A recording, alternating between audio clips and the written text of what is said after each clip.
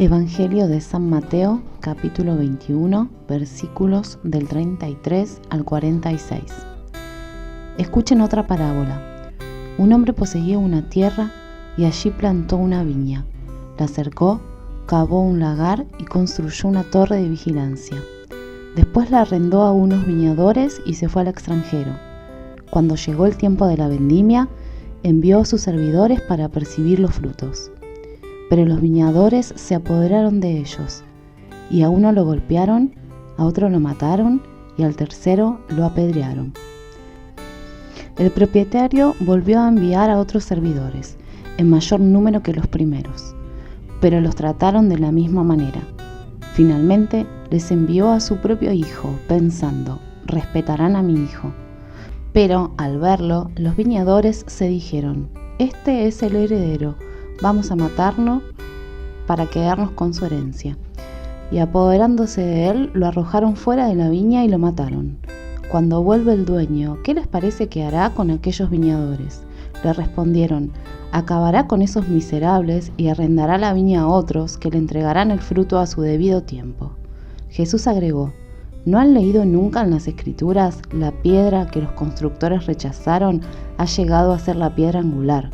¿Esta es la obra del Señor, admirable a nuestros ojos? Por eso les digo que el reino de Dios les será quitado a ustedes para ser entregado a un pueblo que le hará producir sus frutos. El que caiga sobre esta piedra quedará destrozado, y aquel sobre quien caiga será aplastado. Los sumos sacerdotes y los fariseos, al oír estas parábolas, comprendieron que se refería a ellos. Entonces buscaron el modo de detenerlo, pero temían a la multitud que lo consideraba un profeta.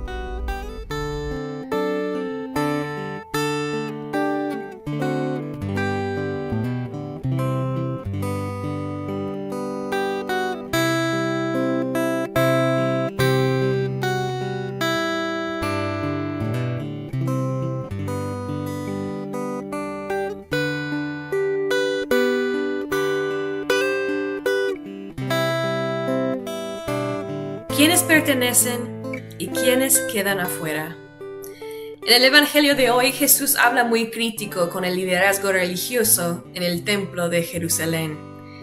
Él les cuenta una parábola a los fariseos y a los escribas.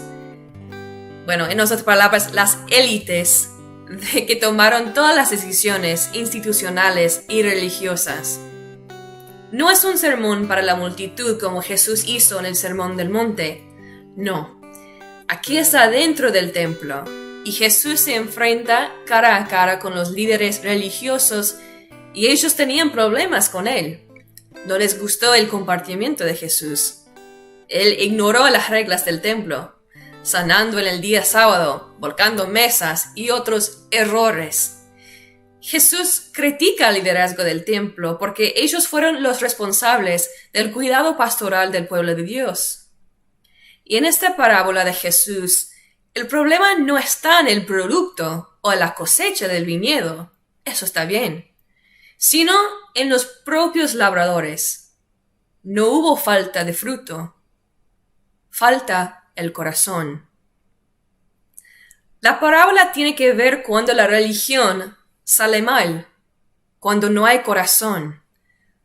Y lo que le sucede a las instituciones religiosas cuando nos vemos atrapados en el ciclo de autoconservación en vez de preservar el viñedo del reino. Me hace preguntar, ¿y por qué Jesús muestra tanto criticismo hacia los líderes religiosos? ¿Por qué? Tal vez podría ser porque la religiosidad suya fue sin fruto y sin corazón. Tal vez habían convertido la institución religiosa a un ídolo y en su ciclo de religiosidad se volvió a ser obstáculo a la gente en conocerle a Dios en vez que una puerta. Los labradores en esta parábola estaban tan ocupados en salvaguardar quién pertenece y quién no pertenece al viñedo que ellos mismos tomaron a los siervos del propietario como enemigos. Y aún más confundieron al hijo del propietario como una amenaza, porque ellos querían el control de la cosecha. Ellos querían el control del resultado final. Se los olvidó que la que los colocó como mayordomos en el viñedo fue la misericordia del dueño. Se los olvidó que la gracia del propietario fue lo que les permitió cultivar una cosecha en una tierra que ni siquiera era la suya. Hay un recordatorio fundamental en la práctica de Jesús, que solo Dios es el dueño. Y nosotras y nosotros somos simplemente labradores y labradoras en el viñedo. Somos mayordomos y mayordomas del fruto de Dios, que Él conocido y concedido para ser utilizado como alimento para el mundo. Y además, Dios no nos permitirá acaparar el reino. La parábola de Jesús hoy es un ajuste de cuentas que corta el corazón. Me pregunto, si Jesús estuvo de pie en nuestros templos de hoy, ¿cómo criticaría nuestras propias reglas religiosas? ¿Cómo nos hemos convertido en guardianes del reino, queriendo decidir quién pertenece y quién no pertenece? En lugar que ser mayordomos que dan la bienvenida a todas y todas a recolectar la cosecha de los dones de Dios. Me pregunto si hay ejemplos en nuestro mundo en donde vemos la tendencia de priorizar la religiosidad y la lealtad a reglas en vez de cultivar fruto en el reino de Dios. Jesús dice en versículo 43, el reino de Dios se les quitará a ustedes y se le entregará a un pueblo que produzca los frutos del reino. Estas palabras suenan como un eco de las promesas para la multitud que Jesús dijo en su sermón del monte. Bienaventurados los pobres en espíritu, porque de ellos es el reino de Dios. Bienaventurados los que padecen persecución por causa de la justicia, porque de ellos es el reino de los cielos. Así que nos preguntamos, ¿cuáles son los frutos del reino de Dios? ¿Y dónde se ve la evidencia del reino de Dios en acción? ¿Cómo y dónde hemos visto el reino de Dios cosechando en personas y en lugares impensables fuera de la esquema? ¿Quiénes de nosotros y nosotras son las perseguidas o perseguidos? ¿Quiénes somos los pobres en el espíritu? Porque de ellas y de ellos es el reino de los cielos.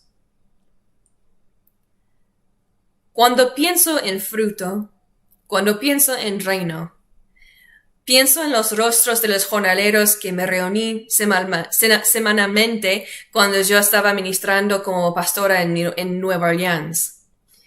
Como tantos otros jornaleros, estos trabajadores literalmente reconstruyeron Nueva Orleans después que fue destruida por el huracán Katrina. Ellos se llaman a sí mismos jornaleros de reconstrucción. Y mientras vivían su propia versión de la cuarentena, al ser monitoreados constantemente por migración, por fuerzas de la ley, por ser perseguida por su idioma, por estatus migratorio, sabían muy bien lo que era ser arrojado fuera del viñedo y tener que plantar fruto en los espacios exteriores. Igor era un escéptico que siempre me hacía preguntas. Un filósofo y un profesor en su país de origen, su cabello negro caía en cascada por su espalda. Me contó que un día él entró a una iglesia para formar una relación con Dios. Pero cuando él entró al templo, el pastor de la congregación le dijo que él necesitaba cortarse el cabello antes de regresar. Y por eso, Igor jamás cruzó el umbral de una iglesia. El templo de Igor fue nuestras conversaciones semanales en el estacionamiento enfrente de la ferretería. En la primavera, una familia de patitos salía del canal, cruzaba la calle y descansaban bajo del mismo árbol donde Igor y todos los jornaleros esperaban trabajo. Él y los demás se dedicaron a cuidar a esa familia de patitos. Un día, después de semanas de cuidar a esta familia de patos que diariamente migraron desde el canal hasta su lugar de descanso bajo el árbol, Igor me acercó. Me dijo: «Pastora, he estado pensando. Siento que Dios me puso aquí para cuidar de estos patos. Son creación de Dios, ¿verdad? Porque si yo no hubiera estado aquí, ¿quién se habría asegurado que ellos sobrevivieran? Tal vez», él dijo, «algún día la migra vendrá por mí. Me llevará, me deportará, y nadie se dará cuenta de que se han llevado otro ilegal de su país». Se detuvo con lágrimas en sus ojos y me dijo: «Pero los patos me conocen y los patos me van a recordar». ¿Cuál es el viñedo tuyo? ¿Cuál es el lugar en que Dios te ha colocado, en donde tú puedes plantar y cultivar una cosecha que fructifica al reino?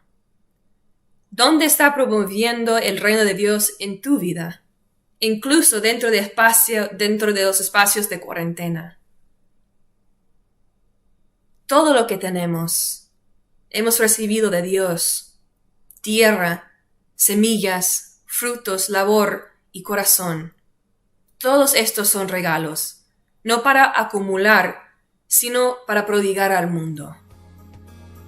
Como dice el himno, sos reino nuevo que empieza a engendrar justicia, amor y verdad. Amén. Tal como